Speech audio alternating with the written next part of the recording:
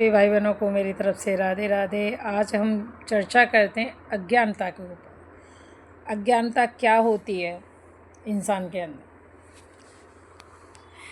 एक बहुत बड़े राजा थे अपने नगर के, और उनका एक मंत्री होता है। तो मंत्री राजा साहब से कहता है कि राजा साहब, मुझे 5-6 दिन की छुट्टी चाहिए और मैं कहीं बाहर जाना चाहता हूँ। तो राजा साहब कहते हैं ठीक है, आप चले जाओ, पर जल्दी आना, क्योंकि आपके बगैर मेरा सारा काम रुक जाएगा। मंत्री कहता है ठीक है। मंत्री को जब छुट्टी मिलती है तो वहाँ से चलकर वो एक मोची के पास पहुँचता है और मोची से कहता है कि मोची, मेरे लिए ऐसी 2 जूती बनाओ जो इतनी सुंदर हों कि देखकर उन्हें हर कोई प्रभावित हो, और उनका साइज़ कम से कम 1.5 फीट लंबा और 6 इंच चौड़ा होना चाहिए। उसमें बहुत सारे हीरे जवाहरात लगे होने चाहिए।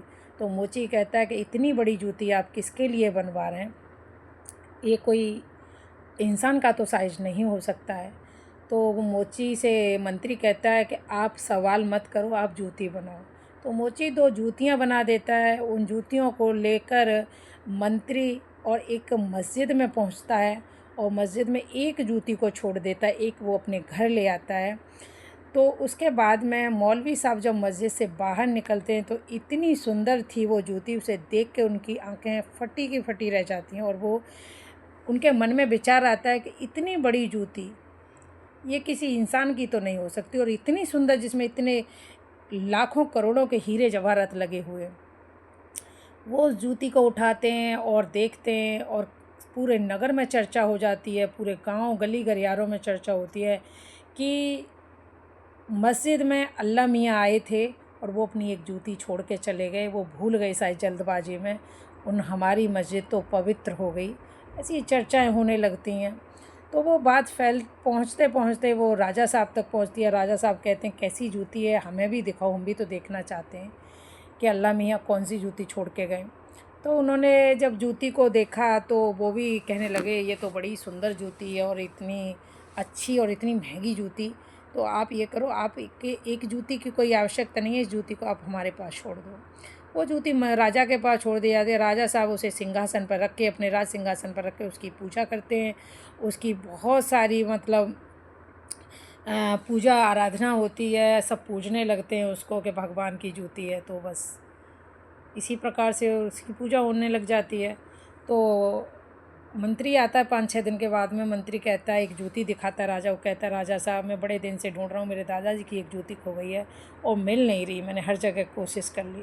राजा साहब कहते हैं ऐसी जूती तो हमारे पास है, आपके दादाजी की कैसे हो सकती है? बोले कि मेरे दादाजी की आप दिखाओ मुझे। जब वो दिखाता है तो वो देख के हंसता है। तो राजा कहते हैं हंस क्यों रहे हो?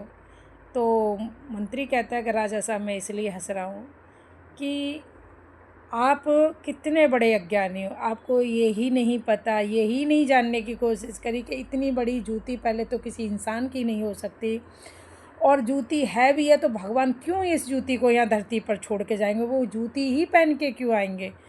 तो आपने ना सोचा ना समझा, और आपने बगैर सोचे समझे इसे सिंहासन पर अपने सर का ताज बना लिया जूती को। ना तो ये मेरे दादाजी की जूती और ना ही ये भगवान की जूती है, ये तो मैंने एक मोची से बनवाई थी। और आपकी मूर्खता देखो, आपकी अज्ञानता देखो कि इसे कहाँ से कहाँ पहुँचा दिया।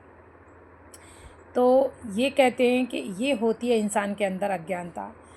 आपको कोई भी आपसे सवाल जवाब कर रहा है, आप उसका जवाब तुरंत मत दो। यदि आपको पता नहीं है तो आपको उसका जवाब पता होना चाहिए, तभी किसी से तर्क वितर्क करो। अगर किसी के क्वेश्चन के ऊपर आप कुछ भी बोलने लगे, आपको पता ही नहीं है उसके बारे में, तो ये आपकी मूर्खता है। तो मूर्ख मत बनिए, ज्ञानी बनिए। राधे राधे।